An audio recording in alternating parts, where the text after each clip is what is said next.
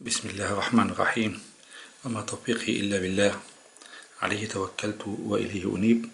أقدم لحضراتكم معلومات تثقيفية عن العملة المصرية، نحلق في سماها، نغوص لنستخرج خفاياها. وأقدم لحضراتكم الجنيه التذكاري المصري الغير متداول تقريبا من أول إصداراته إلى آخرها. هنقدمها في كل فيديو إن شاء الله 10 قطع. الجنيه المصري الأول التذكاري الغير متداول جاء لتخليد يوم 6 أكتوبر سنة 73.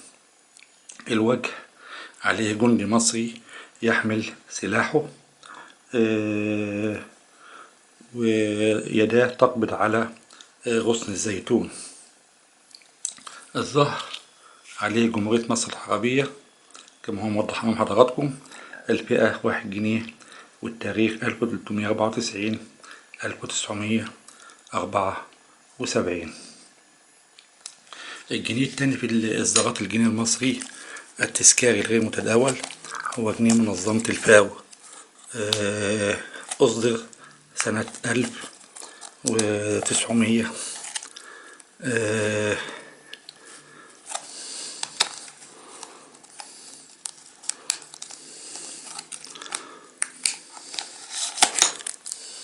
جنيه منظمة الفاو. الجنيه رقم 2 ينتج مزيد من الطعام. الوجه رسم للإله الفرعوني أوزيريس وسنبلة القمح والحروف الثلاثة لمنظمة الفاو العالمية. الظهر عليه جمهورية مصر العربية، والفئة 1 جنيه، والتاريخ 1396 1976. الجنيه الثالث من إصدارات الجنيهات المصرية التذكارية غير متداولة للملك فيصل رحمة الله عليه.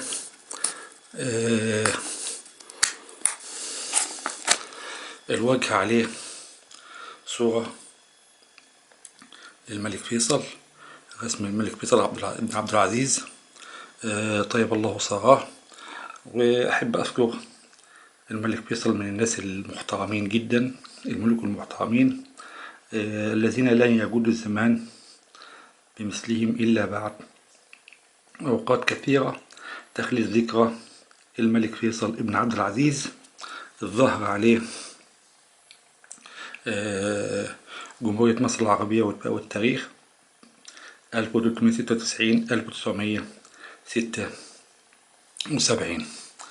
الجنيه الرابع من مجموعة التذكاريات المصرية هو لإعادة افتتاح قناة السويس في يونيو سنة 75. الوجه عليه تذكار إعادة افتتاح قناة السويس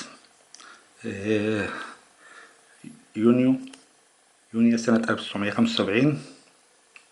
مركب أهيا بتعبر قناة السويس، مبنى قناة السويس، سنابل القمح وغصن الزيتون على جانبي العملة. الظهر جمهورية مصر العربية، والفئة والتاريخ. وديا احنا نسينا نقول الأعداد اللي فاتت. العدد بتاع أول قطعة اللي هي بتاعت نصر أكتوبر دي 50,000 قطعة. التانية اللي هي بتاعت انتج مزيد من الطعام برضه 50,000 قطعة.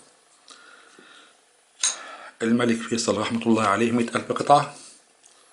إعادة افتتاح قناة السويس 250,000 قطعة. وهي القطعة الرابعة. القطعة الخامسة اللي هي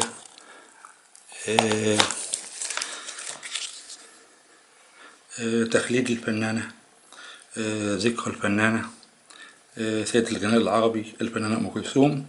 الوجه عليه رسم للسيدة أم كلثوم. الظاهر عليه جمهورية مصر العربية والفئة والتاريخ 1396 1976. العدد 25,000 قطعة. طبعا الأعداد كانت في الأول أعداد كبيرة جدا للتذكاريات، بعد كده بدأت تقل عن المجموع ده.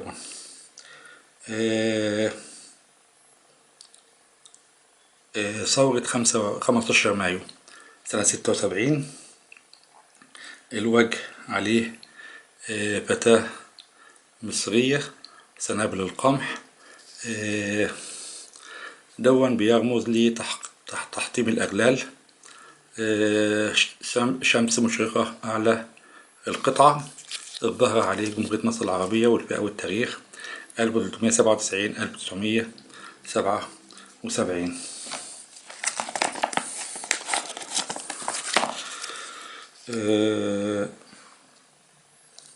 قطعة لمنظمة الفاو أيضا.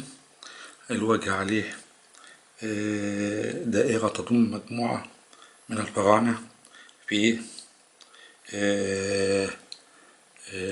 دائرة حروف مختلفة ودائرة صغيرة في الوسط اللي هي دي ترمز إلى أرقام فرعونية. الظهر عليه جمهورية مصر العربية والفئة والتاريخ 1397 1977 والعدد 50,000 قطعة.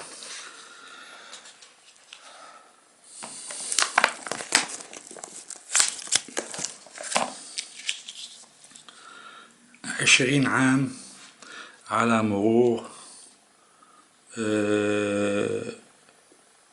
مرور مجلس الوحدة الاقتصادية العربية. الوجه زي ما احنا شايفين يدان متصافحتان.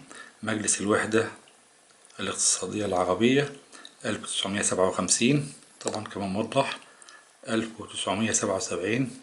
من تحت من هنا مكتوب عليها اتفاقية الوحدة الاقتصادية. الظهر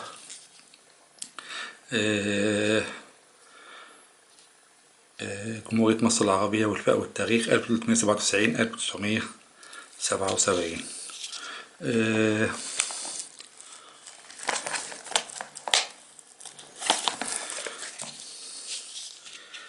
العيد الذهبي لشركة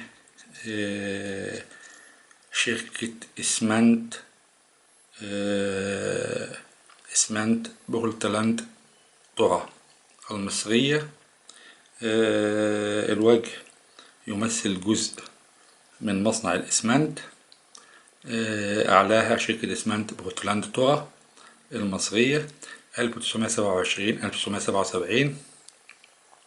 من أسفل العملة مكتوب عليها العيد الخمسيني. الظهر جمهورية مصر العربية والفئة والتاريخ. القطعة رقم 10 وهي آخر قطعة. العيد الذهبي لجامعة عين شمس. الوجه عليه شعار الجامعة، يبقى العيد الفضي الوجه عليه شعار الجامعة من أسفل جامعة عين شمس 1952 1977. الظهر عليه جمهورية مصر العربية والفئة والتاريخ. العدد 50,000 قطعة واللي قبل منه كان 50,000 قطعة. أرجو أن أكون أضفت شيء إلى معلومات حضراتكم. شكرا لحسن استماعكم، حسن إصغائكم، وإلى محاضرة أخرى، والسلام عليكم ورحمة الله وبركاته.